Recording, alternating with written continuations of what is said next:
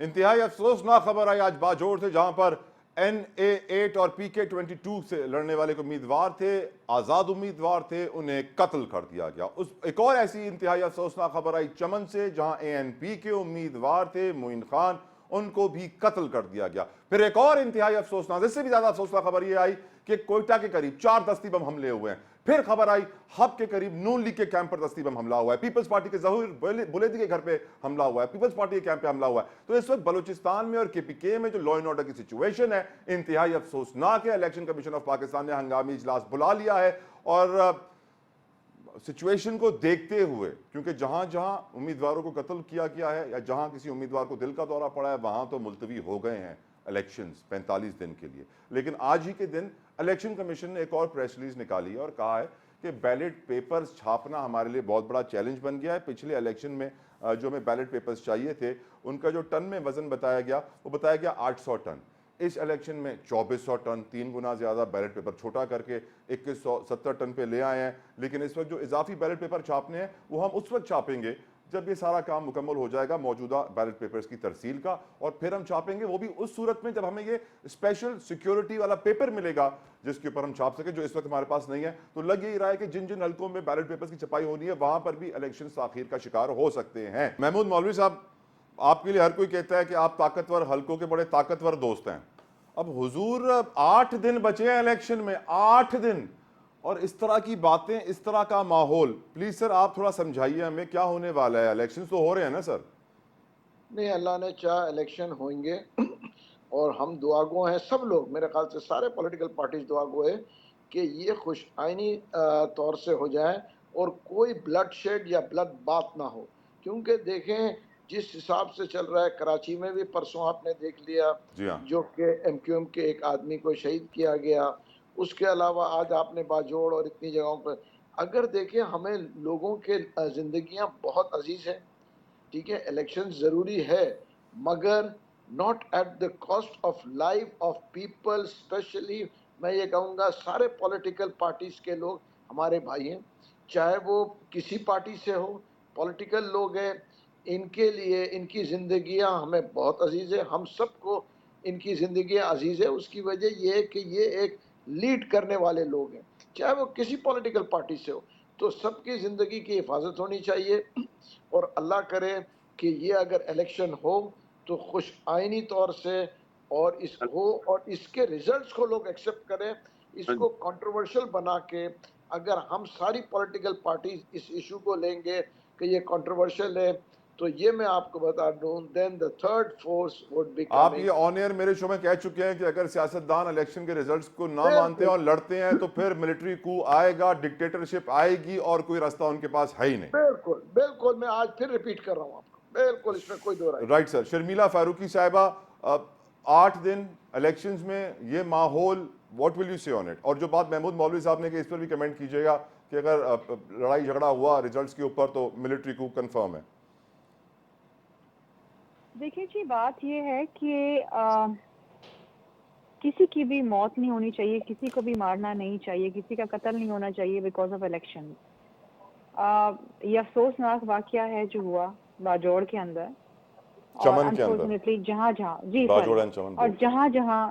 जहाँ तशद्दुद भी है, जहाँ हो रहा है कि हमारे NA 127 जहाँ पर बिलावल भुट्टो जरदारी साहब इलेक्शन लड़ रहे हैं, वहाँ इलेक्शन ऑफिस के ऊपर हमले हो रहे हैं। मुख्तलिफ जगहों से हमें भी इतलात आ रही हैं, हमारे कैंडिडेट्स के इलेक्शन ऑफिस के ऊपर हमले हो रहे हैं। हम इलेक्शन कमीशन को लिख रहे हैं, हर इलेक्शंस में कुछ एरिया सेंसिटिव होते हैं, कुछ एक्स्ट्रा सेंसिटिव होते हैं, वहाँ पर रेंजर्स और फौज की तैनाती होती है। हर इलेक्शन में हुआ है, कोई ऐसा इलेक्शन नहीं हुआ जहाँ पर हालात बिल्कुल ही पुरअमन थे। 2013 में आपको याद होगा ताला साहब, इतने बम धमाके होते थे, इतने बम धमाके होते थे कि सिवाय PTI के और तो कोई इलेक्शन और PMLN की कोई इलेक्शन कैंपेन कर ही नहीं पाता था। दुरुस्त। पीपल्स पार्टी और ANP के ऊपर बम धमाके, बल्कि ANP के तो कुछ रहनुमाओं को भी शहीद किया गया। बिल्कुल सही। उस वक्त में भी इलेक्शन हुए। सो एक आध इंसिडेंट को रीजन बना के इलेक्शन डिले करने की बात नहीं करनी चाहिए। अनफॉर्चुनेटली हम जहाँ जाते हैं, ये लोग हमसे यही पूछते हैं क्या इलेक्शन हो रहे हैं। मतलब मैं हर रोज इलेक्शन कैंपेन पे जाती हूँ, मुझसे लोग ये पूछते हैं जी इलेक्शन हो रहे हैं। ये पाकिस्तान के अंदर ये इशू क्यों आता है, क्यों ये अनसर्टेनिटी है, ये गैर यकीनी की कैफियत है कि लोग पूछते हैं इलेक्शन हो रहे हैं कि नहीं हो रहे, और फिर इस किस्म की बातें, कभी बैलेट पेपर की छपाई में ताखीर की बातें। मैं प्रेस रिलीज देख रही थी इलेक्शन कमीशन का कि जी कल उन्होंने सिक्योरिटी की सूरत हाल के ऊपर इजलास बुला लिया है। ये गैर यकीनी, ये बेचैनी, ये this will lead to you know more instability in the country. ये मुल्क इस बात का मुतहम्मिल नहीं है कि हम गैर यकीनी की तरफ जाएं। और अगर आपने रिजल्ट्स भी एक्सेप्ट नहीं किए तो भी मिलिट्री को सर पे। देखिए जी, मैं I am a very optimistic person and so is my party. हम समझते हैं कि इस मुल्क में फ्री एंड फेयर इलेक्शंस होने चाहिए। जो इदारे मजाज हैं इसको कराने के, वो कराएंगे, वो अपनी पूरी ताकत इस्तेमाल करेंगे। लेकिन इस मुल्क में कभी भी 100% फ्री एंड फेयर इलेक्शंस नहीं हुए हैं, और ये भी एक बहुत बड़ा अलमिया रहा है इस मुल्क के साथ। कभी आरओ के इलेक्शंस हो जाते हैं, कभी आरटीएस बैठ जाता है, कभी कुछ हो जाता है, लेकिन ये है कि हमें जमहूरियत को तो चलाना है ना, इलेक्शंस तो होने हैं ना। मतलब इलेक्शंस ना होने का कोई जवाब नहीं है, इलेक्शंस ना करवाने का कोई जवाब नहीं है। How does this system work, how will this system future में क्या होगा? आप इलेक्शन नहीं करवाते और क्या होगा? मतलब गैर यकीनी, इंस्टेबिलिटी, पॉलिटिकल इंस्टेबिलिटी, सियासी गैर इस्तेकामी, किस तरह चलेगा मामला? आपने शर्मिला साहब कहा ना how will this system work, तो मुझे पेशावर हाई कोर्ट के चीफ जस्टिस मोहम्मद इब्राहिम खान साहब के रिमार्क्स आज के याद आ गए, क्योंकि अहाता अदालत से पीटीआई के एक शख्स को गिरफ्तार कर लिया था, जबकि गिरफ्तारी से रोका गया था पुलिस को। तो फिर चीफ जस्टिस ने कहा पेशावर हाई कोर्ट के सिस्टम को चलने दें, जुडिशरी को इज्जत दें, अदालती अहकामात पर अमल नहीं होगा तो फिर मुल्क नहीं चलेगा, ये सिस्टम खराब हो जाएगा। रेहान हाशमी साहब, इदारे अगर उनको अपना काम नहीं करने दिया जाएगा, अगर आप if you are going to flout court orders, अगर आप अदालती फैसलों का एहतराम नहीं करेंगे, अगर आप एग्जीक्यूटिव का एहतराम नहीं करेंगे, पार्लियामान को इज्जत नहीं देंगे, तो किस तरह सिस्टम चलेगा? ठीक शर्मिला साहिबा, ठीक। रेहान साहब, कमिंग टू यू, आपकी नजर में लॉ एंड ऑर्डर सिचुएशन, आप बखूबी वाकिफ हैं सिचुएशन से, इलेक्शन का वक्त सर पे 8 दिन बचे, ये गैर यकीनी की सूरत हाल वोटर के कॉन्फिडेंस, मोरल, मोटिवेशन, सब चीज़ों पे मुतासर हो रही है, इंतखाबी मुहिम पे मुतासर हो रही है। हर कोई पूछ रहा है इलेक्शन होंगे नहीं होंगे, और महमूद मौलवी साहब ने कह दिया है अगर आपने रिजल्ट एक्सेप्ट नहीं किए ना, फिर तैयार रहिएगा मिलिट्री कू के लिए, डिक्टेटरशिप के लिए। देखिए, मैं 2 पॉइंट्स इसमें अर्ज करूंगा। पहली चीज तो ये कि मुख्तलिफ औकात में जब जब इलेक्शंस का इनकाद किया जाता रहा है तो एक सूरत हाल क्रिएट की जाती रही है ताकि पॉलिटिकल इनस्टेबिलिटी है यकीनन दुश्मन की जानिब से होगा, और दुश्मन के एजेंडे पे काम करने वाले लोग ही ये कर रहे होंगे कि मुख्तलिफ जगहों पर, चाहे वो बम धमाके की सूरत में हो या टारगेट किलिंग की सूरत में हो। और ये याद दिलाता चलूं कि 2013 के जो इलेक्शंस हुए थे, मेरी अपनी कॉन्स्टिट्यूंसी में जहां से मैं एनए का लड़ रहा था, वहां पर मेरे 13 साथी शहीद हुए थे क्रैकर के हमले में, टारगेट किलिंग में, और उसके बाद हमारे पार्लियामेंटेरियंस भी शहीद किए गए। ऐसी सूरत हाल में इलेक्शन का फिर भी इनेकाद किया गया था। अच्छा, अब आने वाले दिनों में जो सूरत हाल है, यकीनन वो जिनकी जिम्मेदारी लॉ एंड ऑर्डर को रिस्टोर करना है, उनको ना सिर्फ इलेक्शन के इनेकाद के ऊपर सिक्योरिटी की फराहमी, बल्कि ऐसे तमाम अनासिर या ग्रुप्स हों या फर्द हों कि जो कि अमन अमान में रखना डाल सकते हैं, उनके खिलाफ कार्रवाई करना भी बहुत जरूरी है। ये तो मुल्क भर की सूरत हाल है जो कि ऐसे स्लिपिंग सेल जो है मुतहर्रिक हो जाते हैं। रही बात एमक्यूएम की, तो एमक्यूएम का भी गिला ये है कि हालिया दिनों में गुज़िश्ता 4-6 माह के अंदर, और परसों का भी आपने वाकया देखा कि हमारे दफातर के ऊपर हमला किया गया। तसादुम नहीं हुआ है, तसादुम कोई 2 रैलियां आपस में टकराव नहीं हुई है, 2 मुख्तलिफ पॉलिटिकल पार्टीज का टकराव नहीं हुआ, बल्कि हमारे एक खुले हुए दफ्तर के ऊपर आकर जिसको हम जो आइडेंटिफाई हुए तो पीपल्स पार्टी के लोग थे, और हमने ना सिर्फ प्रेस कॉन्फ्रेंस के जरिए इस बात का इजहार किया है, तशवीश का भी इजहार किया है कि हमारे साथी को शहीद कर दिया गया। कुल मिलाकर 6 हमारे अफराद शहीद किए जा चुके हैं। इसके ऊपर भी कंडेम होना चाहिए, कंडेम करना चाहिए, और पीपल्स पार्टी की लीडरशिप को अगर ये इल्म नहीं है तो उनको इन्वेस्टिगेट करके इंटरनल अकाउंटेबिलिटी करनी चाहिए कम से कम इस चीज की कि ये किस तरह मुमकिन हो पा रहा है।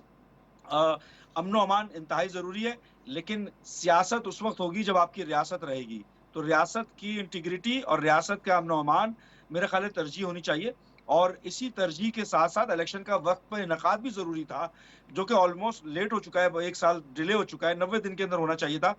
लेकिन लेट्स सी, अल्लाह करे कि खैर और आफियत के साथ इलेक्शंस का इनकाद हो। शर्मिला, मैं चाहूंगा कि आप भी वोटर कॉन्फिडेंस बढ़ाने के लिए, वोटर मोराल बढ़ाने के लिए, उनकी मोटिवेशन बढ़ाने के लिए कुछ उनसे मुखातब होकर कहिए ताकि वोटर टर्नआउट अच्छा हो, प्लीज।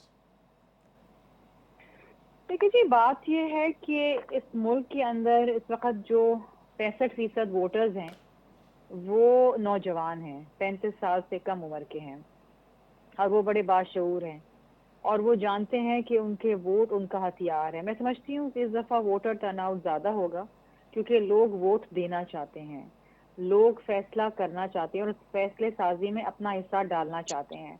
और जिस तरीके से हम देख रहे हैं बिलावल भुट्टो जरदारी साहब के जलसे हो रहे हैं हर सूबे के अंदर, जिस तरह लोगों का वहाँ पर एक जमे गफीर है, मैं समझती हूँ कि लोग people want to participate in elections और बिलखुसूस इस वक्त क्योंकि इस वक्त जो मुल्क के मौजूदा सूरत हाल है, हमें नई क़यादत की ज़रूरत है, हमें नौजवान क़यादत की ज़रूरत है, हमें ऐसी सोच की ज़रूरत है जो पुरानी सियासत को दफन करे। और राइट। बिलावल भुट्टो जरदारी साहब यही सोच लेके सामने आए हैं कि पुरानी ये नफरत की सियासत, ये खून खराबे की सियासत, इसको ख़त्म कर दें।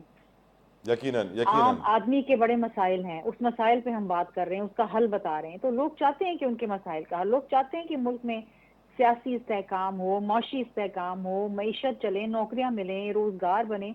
पीपल वांट इट और वो यकीनन जानते हैं कि इलेक्टेड गवर्नमेंट ही ये काम कर सकती है। सो आई फील के इस दफा voter turnout will be very very good. और यकीनन आसफा भुट्टो जरदारी को देखे हर कोई यही कह रहा है कि बेनजीर लौट आई है। और देखिए मतलब वो शीज अक्सर बेनजीर, आप उनका वो देखें, शीज अ वेरी यंग गर्ल, लेकिन जिस तरीके माशाल्लाह से जितनी वो कंपोज्ड हैं और जितनी वो फोकस्ड हैं और जिस तरीके से वो बात करती हैं, उनका चेहरा, हर चीज, और वो बड़ी कंपैशनेट एक खातून है। एग्रीड तो बड़ी जिस तरीके से वो कैंपेन कर रही हैं, वो एक बीबी की तस्वीर सामने नजर आती है। यकीनन और मैं तो यकीनन जब उनको यकीनन अक्सर देखती हूँ जिस तरह वो भाई के लिए कैंपेन कर रही हैं, तो मुझे तो बड़ा जिन्ना फायदा साहब होगा और फातिमा बिलावल साहब जिन्ना को कि पीपल्स जी पार्टी को यकीनन आसफा भुट्टो जरदारी साहबा की कैंपेन से everyone is loving it. Rehan Hashmi साहब, वोटर टर्नआउट आपकी नज़र में ये नौजवान निकलेंगे वोट देने के लिए या कशमकश तजब्जुब का शिकार रहेंगे? देखिए, जो सूरत हाल है लॉ एंड ऑर्डर के हवाले से हो, चाहे वो ये बेयकीनी की कैफियत हो या लोगों के अंदर इन्फ्लिक्ट करने का मामला हो, डिस्ट्रस्ट क्रिएट करने का मामला हो, तो ये तमाम चीज़ें तो असरअंदाज होती हैं। लेकिन देखें, ये हमें इस बात के ऊपर तरजीह दिलवानी होगी, कम से कम इस बात पर एतमाद दिलाना होगा मुश्तरका तौर पर, अगर पॉलिटिकल सिस्टम आप पाकिस्तान में चाहते हैं, तो with the passage of time मेरा ख्याल है ये ज़रूरी है कि लोगों को वोट के ऊपर एतमाद होना शुरू हो। उसके लिए हो सकता है कि वो टाइम टेकिंग प्रोसीजर हो, उसमें आप पॉलिटिकल विक्टिमाइज़ेशन के कल्चर को ख़त्म करें। आप जुर्म करने वाले के खिलाफ जब कार्रवाई करें और मुख्तलिफ इंस्टीट्यूशंस जब कॉम्प्रोमाइज़ेज़ करना ख़त्म करें, जिसका हम बरमला इज़हार करते हैं। लोग बात तो करते हैं कि जनाब लोगों की सहूलियात, लोगों को चाहिए कि मंशूर पढ़ना शुरू करें और पॉलिटिकल पार्टीज़ का मैनिफेस्टो, उनकी पास्ट जो परफॉर्मेंस है और उसकी इम्प्लीमेंटेशन है और आने वाले दिनों में जो उनकी इंटेंट है, उससे एनालाइज़ कर लें। पढ़ा-लिखा नौजवान कम से कम ये ज़रूर देखेगा कि पाकिस्तान को जिन्ना का पाकिस्तान बनाने के लिए किस पॉलिटिकल पार्टी ने अपने मैनिफेस्टो में वो तमाम रमूज़ व नुकात, प्रोसीजर्स जिसको अडॉप्ट करके पाकिस्तान को सही मायने में फलाही ममलिकत बना सकते हैं, वो कौन-सी पॉलिटिकल पार्टीज़ हैं। पॉलिटिकल स्लोगन्स से हटकर अब प्रैक्टिकली नौजवानों को खास तौर पर और बिलअमूम पूरे पाकिस्तानियों को जो पढ़े लिखे खास तौर पर लोग हैं, उनको पार्टीज के मैनिफेस्टो को पढ़ना चाहिए और उनकी पास्ट परफॉर्मेंस को एनालाइज करना चाहिए, सर हमारे ताकि लोग वो कुरान वोट पाक देने सही में तरह आसानी नहीं रहे पढ़ते, उनको। आप कह रहे हैं पार्टी के मैनिफेस्टो को पढ़ना चाहिए। जरूरी है ना, देखें उसके अलावा कोई चारा नहीं है आपके पास। अच्छी-अच्छी बातें तो सारे करते हैं, लेकिन प्रैक्टिकल इम्प्लीमेंटेशन कौन कर थैंक रहा यू है? रेहान अच्छी भाई, बातें तो थैंक यू, तमाम बहुत पॉलिटिकल बहुत पार्टी कर रही है, शुक्रिया, लोगों बहुत के लिए बहुत बेहतर शुक्रिया। करेंगे। भाई कैसे बेहतर करेंगे? आउट ऑफ आपके टाइम, पास बहुत बहुत प्लान है? शुक्रिया, बहुत बहुत शुक्रिया रेहान हाशमी साहब, शर्मिला फारूकी साहिबा, अजहर सिद्दीक साहब, महमूद मौलवी साहब। एक ब्रेक लेते हैं, ब्रेक के बाद गुफ्तगू जारी रहेगी। Stay with us.